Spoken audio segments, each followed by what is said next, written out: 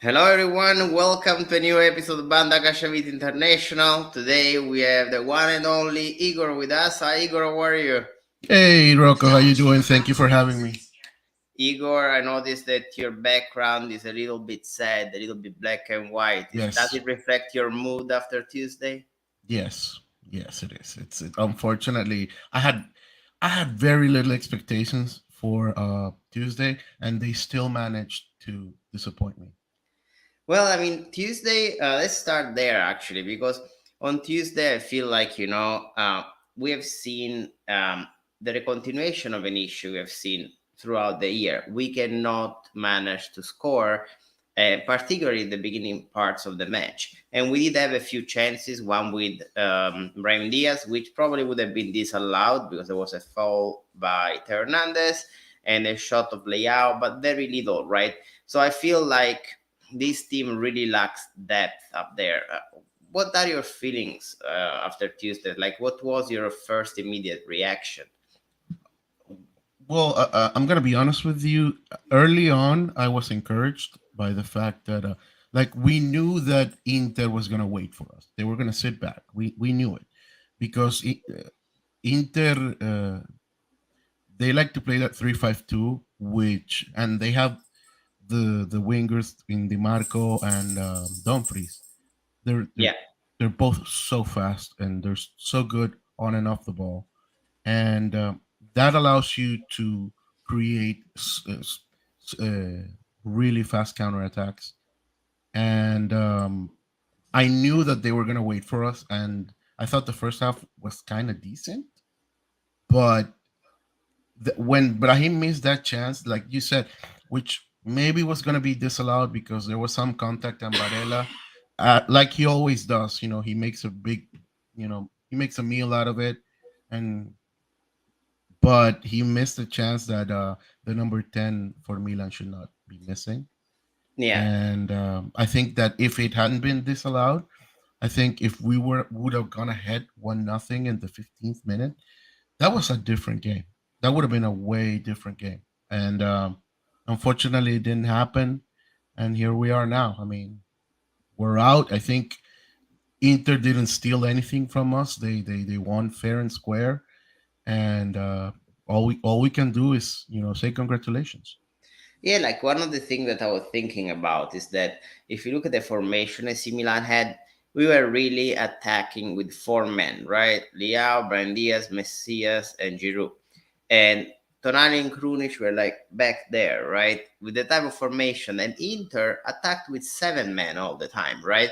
So I feel that, we also have a lack of solutions given the fact that this team at the beginning of the season was a good team, but the way it has been managed all the way until the end of the season created a team with no solutions up there. Origi wasn't be taking advantage of CDK. We have Rebic, right? So literally, AC Milan faced Inter with four up forward that they really were like very not creating many dangers, right? Because the technique of some of them wasn't good, their positions wasn't good. It kind of like puts yourself in front of a concept, which is why didn't AC Milan create alternative formation and style of plays, because obviously this is a team that the way it has been built with Pobega, Krunic, Tonali, Benacer, Bakayoko, Adli is a three midfielder team. It's not a 4-2-3-1 kind of team. So do you think that like pushing our ideas of the 4-2-3-1 and not looking at other solution kind of limited the reach of this team? Yeah. Well, you know how I like to go back and look at the stats, especially for you guys. And I was looking at Pioli's record against Inzaghi, and it's not good. It's not good. I limited myself to Pioli against when he was with Milan. So I went back when Inzaghi, because Inzaghi has only coached Lazio and Milan and Inter. I'm sorry, and Pioli's 4-1-7 against Inzaghi. So the problem is that every time you watch Inzaghi's team play against Pioli, they always find a way to have extra players on every area of the pitch. So we're always outnumbered. Yeah. And And the way you could counter that with our 4-3 with a 4-3-3 Yeah, is with the wing backs, with our especially Theo, because he's better, but than Calabria at creating and moving between across the lines and creating more numbers for Milan on and off the ball. With more numbers, you're gonna get more second balls. You're gonna create more pressure, and you're not gonna allow them to basically what they do best is they hold possession, and their midfielders move across lines, and we don't have a way of marking all of the midfielders. So if you're a midfielder in one of Inter's three, which Mkhitaryan, Barella, and Çalhanoğlu, and you're man marked, which is what we did against Napoli. Basically, he went Benacer, you take Lobotka, Tonali, you take Zielinski, and Krunic, you take the other guys from Bongisa, and I'm blanking on the name of the second player that played. Lobotka. No, not Lobotka. The guy that replaced Sambongisa in the return leg. Oh, the And Mbele. Dombele. And Dombele. There you go. That guy. So we tried to do that against Inter, but Inter had more people, and they simply just they owned us. And like you said, this team is created to play 4-3-3. And unfortunately now, because Adli and Branks were out of the list, of the Champions League list, we couldn't even counter the fact that we lost Benacer for the rest of the year. So we kind of were forced into either what we did, which was play Brahim at the 10th spot, or City K, which was never going to happen, or Povega, which I thought was what we were going to do. Povega, Krunic, and Tonali. But then that would have left us with no substitutes for that particular area of the field, except for Bakayoko, I think. And it's like, well, And if that Bagayogo is not in the list either. he's not in the list, even like so that situation, like you said, ties into what you said, in that this was mismanaged from the beginning.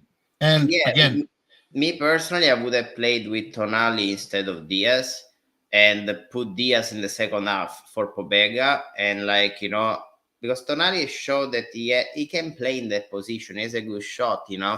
I just feel that there is. Uh, we're not open to new ideas, right? And I remember when Ancelotti was training at AC Milan in the semifinals against Inter, he played with Dario Simic as center defense on the right because he needed to contain Inter's attacks, right? And in Italy with Andrea, we were like talking about why didn't he try Ciao on the right? Like to create more defensive team and use a three defense when you attack, and then when they attack, you have a very strong built-up player up there. But I hope that they're gonna learn from this. But if they learn from this, there needs to be some open-mindedness to be able to apply new solution in the future. yeah, honestly, I think that the main problem is that there is a disconnect between what the front office is doing and what the coach is doing, and that disconnect is what is creating these situations, because you can't say it's all Pioli's fault, because if you turn around and you have no options on the bench, regardless of the fact that some of his mismanagement put him in that position, like we can't just say like, well, Maldini gave him like top class players, because I don't think that's the case. And it's very hard to find solutions with the level of players that we had on the bench. And listen, the only thing I would have done different, I would have probably started either Brahim or Salmakers on the right wing. The Chow thing at the right back is a good idea. Um, Maybe he could have tried that, but at the end of the day, it's like I think we were painted into a corner, and Yeah. I that's what Well, had to happen. it is interesting what Pioli actually said today, right? Today in the press conference, he says, this year we increased the control of the game, but we didn't do well in the last fourth of the pitch. However, Yeah, he forgot to say that we conceded so many goals, right? Actually, here, Animaniac says Pioli conceded 7 goals and scored 0 against Inter in 2023. It's fine if you don't have a bench level player, but we definitely have a low level manager, right? Like I'm not experienced enough to judge the level of a manager, of course, right? Because I'm not the coach myself. But what I can tell for sure is that we conceded a lot of goals this year, and the problems that AC Milan has is a kind of problem that we are carrying since probably October. It's not a recent problem, right? But how do you see his words where it's like, okay, our problem is the last fourth of the pitch? I think our problem this year has been all over the pitch. Yeah, yeah. He said that our problem was the peccato originale, the original sin, Yeah, is that we were not clinical up front, which you can't argue with that. You know that is correct. yeah, But last year we were not clinical either. But our defense was airtight, yeah. and I think that there's a lot to be said. And like you, I don't feel qualified to grade Pioli as a manager, but this is what I will do. I will take the opinion of the 15 teams that have fired him during his second year of the tenure. I will take their opinion because he's been the coach of 16 teams. And Milan has been the first team where he has coached more than 100 games. Well, So, we can also look at it though this way, right? Let's say we qualify to the Champions League this year, right? Let's imagine that most likely if we do qualify will be because they penalized Juventus, but that's a different topic. But let's assume we make it to the Champions League. Technically, if you have to be objective, if you have to be somebody that is not an AC Milan supporter and say this guy got to see Milan, qualified for the Champions League, won an Italian title, got to the semi-final of the Champions League, and qualified again, although the season wasn't his best, you will look at the paper and be like, well, this guy did well, right? I think what we supporters are a bit deceived by the fact that this year there has been a lack of performance against small teams, like problems that you feel would have been easy to solve. Which brings me to what Maldini said multiple times this season, like before the game, after the game with Inter.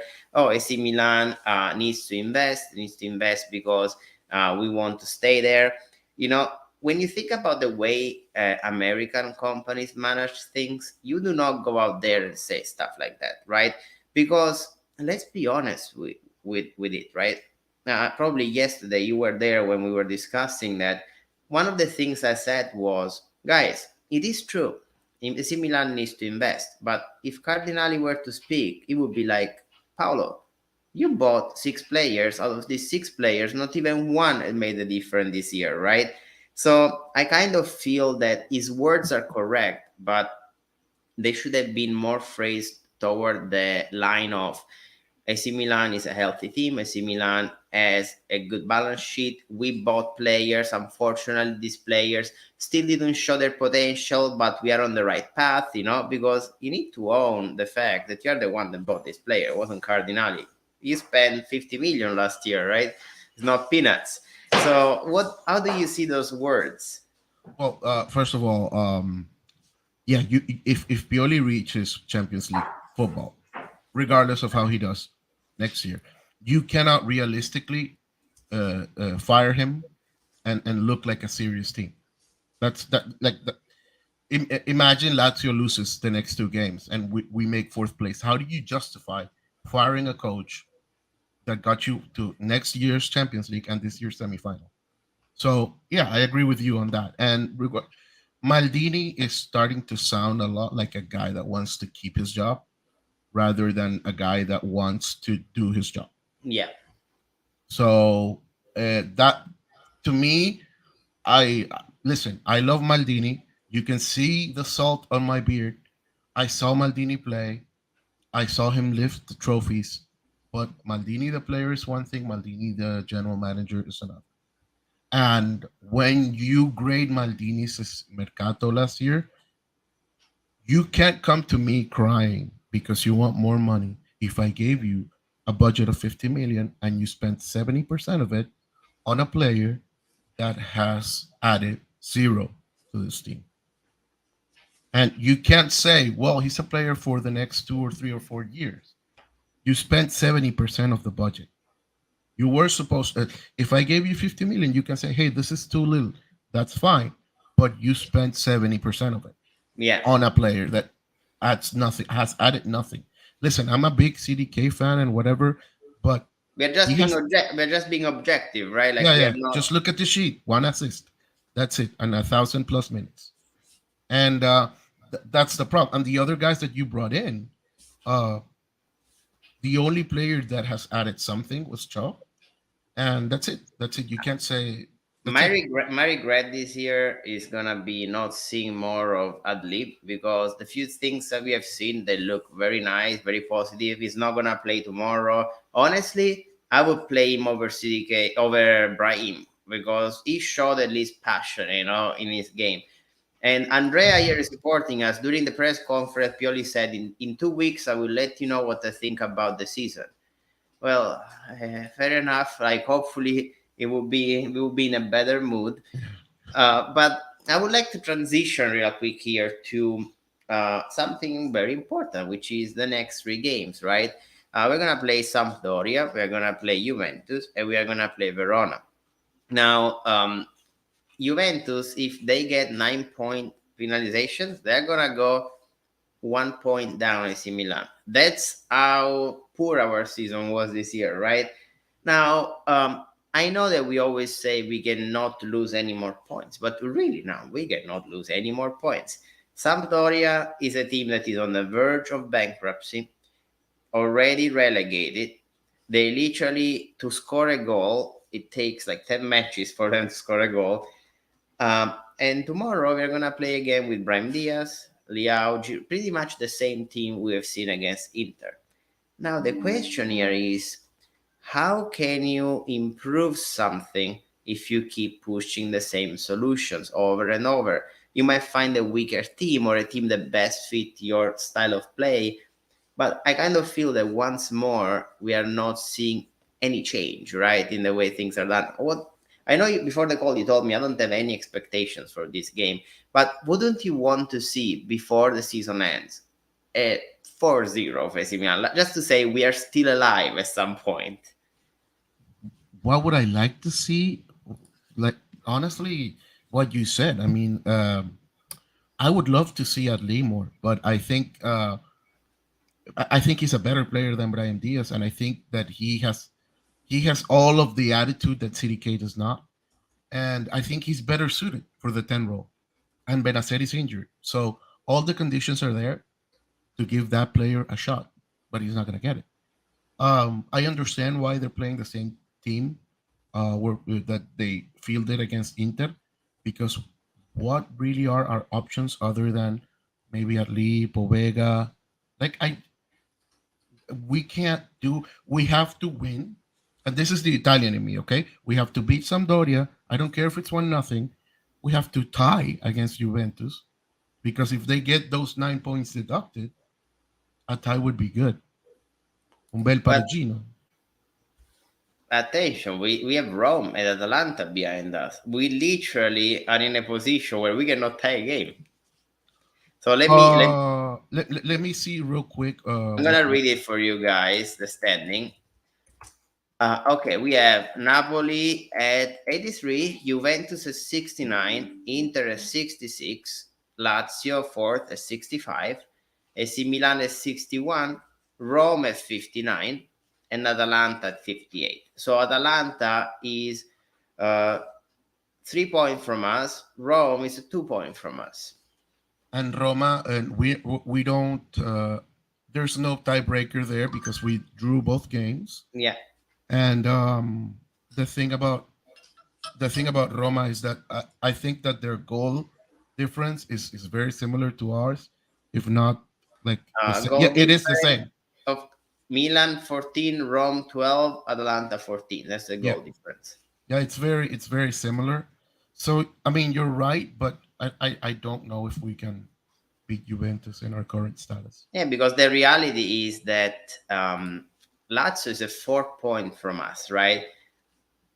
Realistically, Lazio's got to lose 2 games if you want to overcome it. They play against Udinese, they get Cremonese and Empoli. So Yeah, chances are they're not gonna drop many points.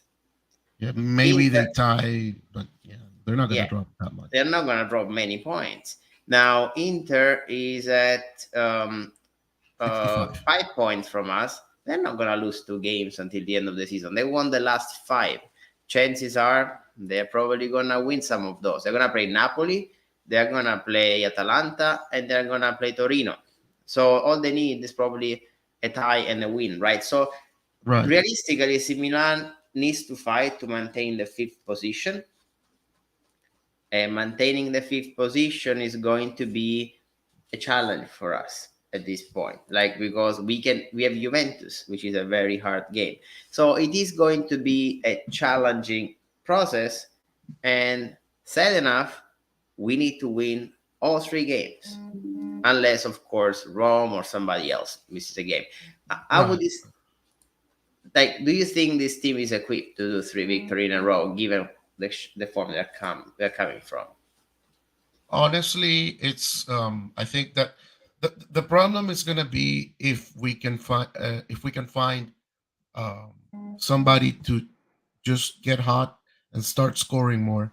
Because defensively, I think we're okay, and I think we can keep a couple of clean sheets against Sampdoria and Verona. Juventus, we have a pretty decent record against them recently, Yeah. and I think it's a game that if we play well, we can win. And Juventus, you got to figure after that loss yesterday, they're gonna be a little demoralized the rest of the way. And I would count a couple of losses from Inter. They're playing the Champions League final, and that has to be on their mind. And they're playing against three teams that are three good teams. Like Atalanta, Napoli, and Torino are three good teams. Of course, Napoli's on vacation. Atalanta's gonna play hard, and Torino's probably on vacation. So listen, all we can do is play our game, play each game, and we beat Sampdoria, and then we go from there. We see what other teams do. I think this team can win all 3 games, but we need either Giroud or Leao or anybody to just start Step up. scoring. Yeah, just start like just one because it's 3 games, Rocco. It's not really it's not that big. It's not that big a stretch of games. No, I agree. And, like, 3 games are going to be, let me look at the dates. We play tomorrow, then we play the 28th and June 4th. So we actually have rest in between the games as well. It's not going to be any more like Yeah, packed. turnover. Yeah, like a marathon there, right? Yeah. So let's see how that goes. But tomorrow's formation apparently is gonna be Maignan, Calabria, Chao, Kier, Teo, Tonali, Krunic, Salamaker, Diaz, Leao, Giroud. Um, I mean, I'm still not sure about the Diaz as a central attacking midfielder. I would have played Adli at this point or Pobega. But where do you think, like, what do you think this formation is gonna be good for Sampdoria? Sampdoria has nothing to lose, you know. Well, it all matters on the dynamics of the game. If we can find a goal early on, which has been our Achilles heel, I think we can take them out of the game and be done with it. Like I myself have played in bad teams. Of course, they have me in them. They're bad. And when at the end of the season you're down, you're low on the table. If you can find ways to spoil another team's season, that can be really motivating and that can keep you going within the context of a game. So if we get to like the 30th, the halftime, and it's nothing, then I don't know. I don't know what's going to happen. And quite frankly, if we can score early, I think it's over. And I hope that, like I said, anybody gets hot and we can find a way to get those 9 points. Yeah, like this kind of brings me though to what's gonna happen after, right? Like independently from whether we go Europa League, Conference League, Champions League, or nowhere of these places, we are basically like facing a harsh reality, which is we need a team that is going to be useful for the coach. So as far as I know, couple of things that seem to be happening is going to be Branks is not gonna be bought, but they are planning on renewing the Hello? loan. Yeah, they want to renew the loan one more year. They believe he can be a good player, but they still don't feel like it's worth 12 million, so they might renew it one more year. Adley hopefully will go on a loan as well because this guy needs to play. He's worth it. If they don't want to use it, give him on loan. And of course, like there are the goodbyes of Bakayoko, Dest. Most likely, we're gonna have a few more players like Rebic leave the team. If you were to be my Cardinali at this point, right? And you're gonna be like, here, Baldini, here is the budget. This year, realistically, we're probably going to get 100 million, I think, to spend. That's what my feeling is, given that we made way more money than we thought.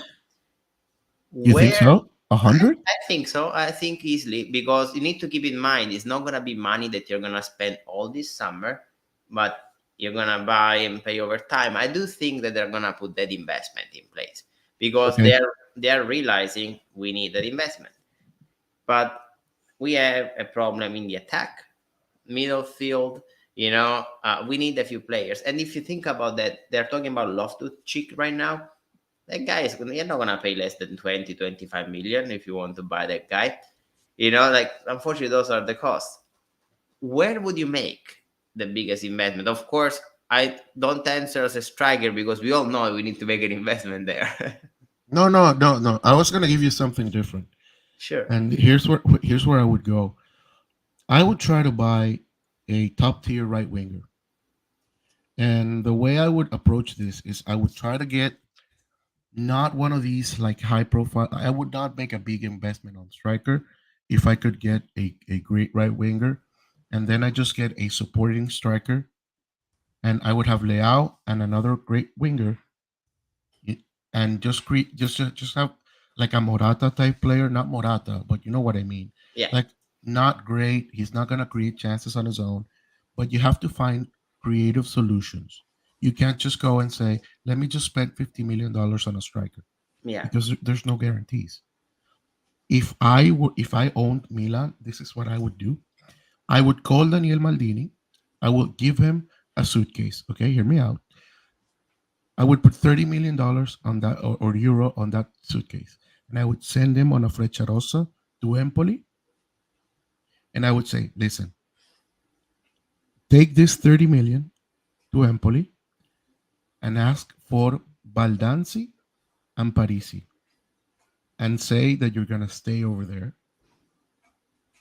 And I would have the best left back in young left back Italian in the league right now to back not only back up Theo, but give me an option. If he's good enough, I think we could sell Theo at a really high markup, and we could have that kid stay for us. And I think Baldanzi is a better younger version of Brahim Diaz. But there is a big problem with that option. Actually, two big problems.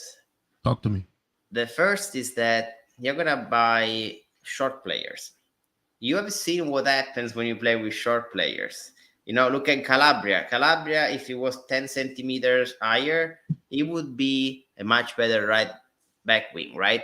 So unfortunately, as much as I like those guys, I think we are gonna get into the same problem, which is AC Milan suffers so much dead balls.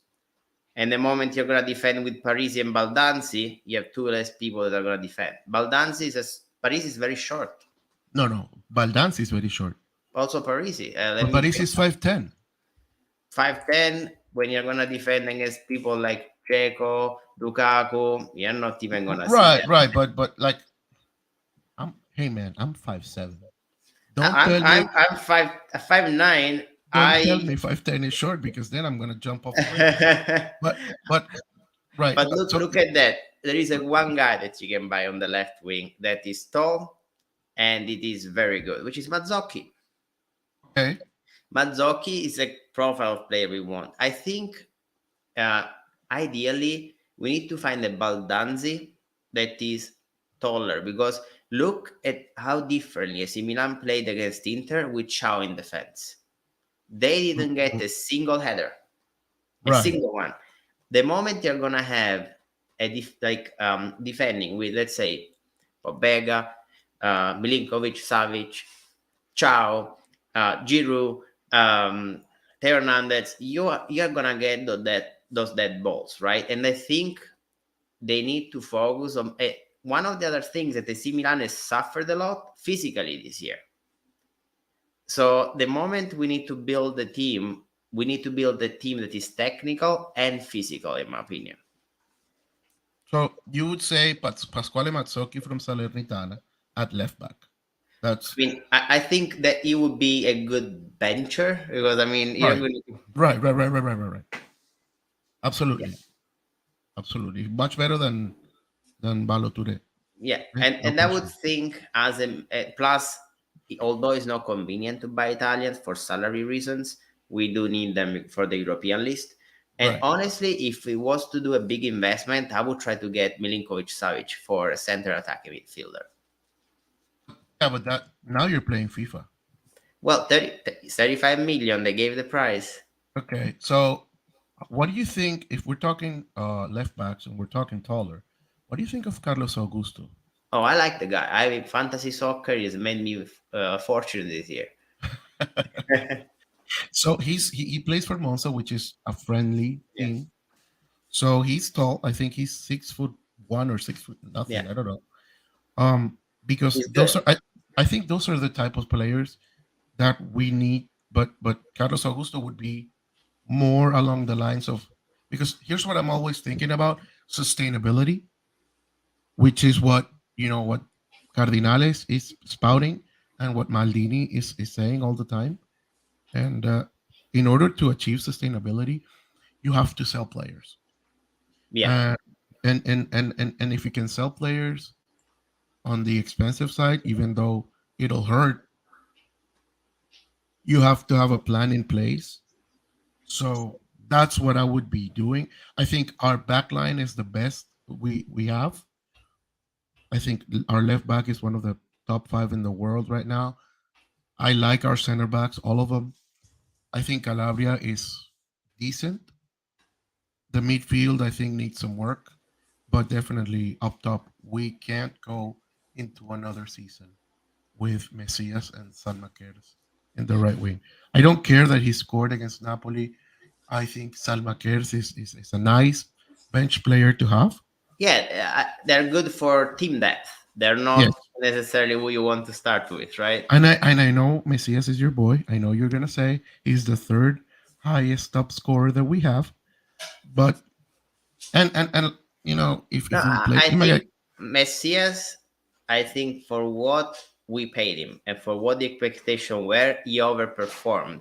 But to think that Messias has started 34 games in AC Milan, that's like a scary thought. Not because yeah. it's done nothing wrong, but AC Milan needs somebody that scores 12 goals as a left wing, 12 goals as a right wing, and Right, 15 goals as a striker. That's the right. team we need to have. Yeah, and you don't need to spend. You don't need a Dusan Blaovic. You don't need and I think that's where I would put the money, because strikers tend to be a little overpriced and it's a bigger gamble. So that's why I would go. I think Milinkovic Savic is a dream. It's the dream. He's the dream player. I think that's when they bought the Ketelare. I think that they were thinking, let's just add 15 pounds on this kid and have him play that role. I think that's why they bought him. I And he's still have been a, hopes for him. I still have hopes for him, to be no, honest. no, me too. But the thing is that he's been gaining that weight, because he has been gaining that weight. I mean, I've looked at it, and I want to see what he can do with a preseason behind him. With let's see what can happen. But that's where I would put. We really can't spend another year where Teo has to play 50 games, or we're dead. No, of So course. Maldini said, and Calabria said, this team is not equipped to play two competitions. The way I see it is that this team wasn't managed well enough to compete in two competition. No, That's I the agree. whole difference. That's the whole difference, right? Right, right. Because a lot of people are saying, we need to fire Pioli and whatever. I'm not a Pioli fan, but we have to make peace with one thing. Unless something catastrophic happens, They're not from gonna fire him. now Yeah. until the end of the season, he's gonna be our coach next year. But Guys, make peace with it. and the one thing that I want to say that is not Pioli's fault is that how on earth does a team that needs to play in the Champions League not take a piece of paper in the summer and be like, okay, we do not have a good composition. We cannot enroll enough players for the Champions League because we basically played with less players than allowed. Like, can it be that a team of that level misses out on something like that? You know? Yeah, no, no, and the fact that we on the winter we signed like this phantom goalkeeper. Well, that was a good reason for it. AC Milan, Enlighten me, please. Italian teams have two players they can sign that are from outside of the EU. Yeah. If we do not use the second spot, the next year you only have one spot. Oh, okay. So So they that makes fill sense. so they fill that spot because now next year they can use two. So that was done as a mere I want to keep that spot. So they bought a guy that potentially like he can play in another team in Italy or whatever, they can sell him out, but that was purposely done for that. Okay, I understand the purpose behind it now. Thank you, because I really was like, what are they thinking? But okay, that was a thought process, and that's good. But you can't spend two winter markets with Davis Vasquez and Marco Lacetic. Like, Yeah, I'm sorry, you can't do that because the winter market, and I understand that teams in Italy are all of them are doing nothing in the winter market. It's been horrible. But Salernitana brought in Memo Ochoa, and he basically, I think, when you look at the stats of Salernitana, they overperformed on expected goals and expected goals against, because that guy, like, I watch all calcio games. I'm sick that way. I would rather watch Salernitana Spezia than Manchester City against Arsenal. yeah, That's how bad I am at life. yeah, But when you saw Salernitana play, Memo Ochoa was fundamental in them keeping their status. So you can do something in the winter market without that much money. So that's why I thought it was like I think Paolo's job should be under us a microscope this year, especially how many players are you gonna sell. People are Everybody's like, we have to sell 10 players, whatever. Let's sell five. Let's start at five. yeah. I think Maldini has the potential to be one of the best managers in these sports, but he needs to be put side by side with somebody like Gazidis, who Right. is already a great manager, because he was a great player. I probably mentioned it yesterday in Italy. You did. We need somebody that can help him develop the managerial skills that, fair enough, he Right. doesn't have, because like he was a great player. I wasn't a great player, unfortunately, so I don't have those skills, right? Okay. So he can combine the two worlds, but he needs somehow some experienced guidance to get there. The potential is there, right? You Right. just need to be humble enough to accept the help, I feel. I think you said something yesterday that I thought was very interesting and smart. It's just, if I want that job, I need to get like 4 degrees. I need to like, and Maldini gets it because his name is Maldini, and he had one of the he I think he's the biggest legend in AC Milan. You Yeah, cannot buy that. You cannot buy that. So, like you said, what he needs is somebody that kind of tries to rein him in, like what Gazidis did. But that relationship didn't end well. And the problem is that if you are Paolo Maldini throughout your life, you have no need to develop humility, because you're one of the best defenders in the world. You're one of the most laureate players in the world, and that element of your personality gets stunted. So when Maldini walks into a room, everybody bows. So you need it, like you love to have that. Now, if we can parlay that into a manager that doesn't spend 1 month trying to sign one Yeah, player, then because we shouldn't have signed. Listen, it's easy to speak with the newspaper from Monday, but after 1 month negotiating with the team, you know what? You can keep your player. yeah. That's it. You can keep your player, and that's it. And you move on. So I think he'll learn, and hopefully, if he learns, I agree with you. He can be one of the top managers in Europe, and he can be even an even bigger legend for us. No, I agree, and overall, I would say, since we are getting toward the conclusion of the episodes, let's see how AC Milan does in the next 3 games. If we make the Champions League, I think we are still on the right path. We will see how that goes. Tomorrow, for those of you that are in the United States, AC Milan plays at 2:45 against the dreadful, dangerous Sampdoria. This is one of the teams that we suffered the most. All teams below second half of the table, we suffer a lot. As a reminder, tomorrow AC Milan is going to play with the ideal formation: Brahim Diaz, Salamagers, Giroud, Liao, Tonali, Krunic, Ciao, I believe Kier, Theo, and Calabria, if I remember correctly. We will see how that goes, guys. I would like to thank you, Igor, for joining us. Uh, Hopefully, next time we speak, we're gonna be talking about the one victory of AC Milan. I would like to thank all the listeners, and for those of you that couldn't hear us live, our episode is gonna be on YouTube. It's gonna be uploaded on our podcast platform. So thank you so much, guys. Thank you, Igor. Thank you for having me, Rocco. It's always a pleasure. It's always fun to talk to you about Milan, even though the subject is not that much fun. Thank you so much, guys.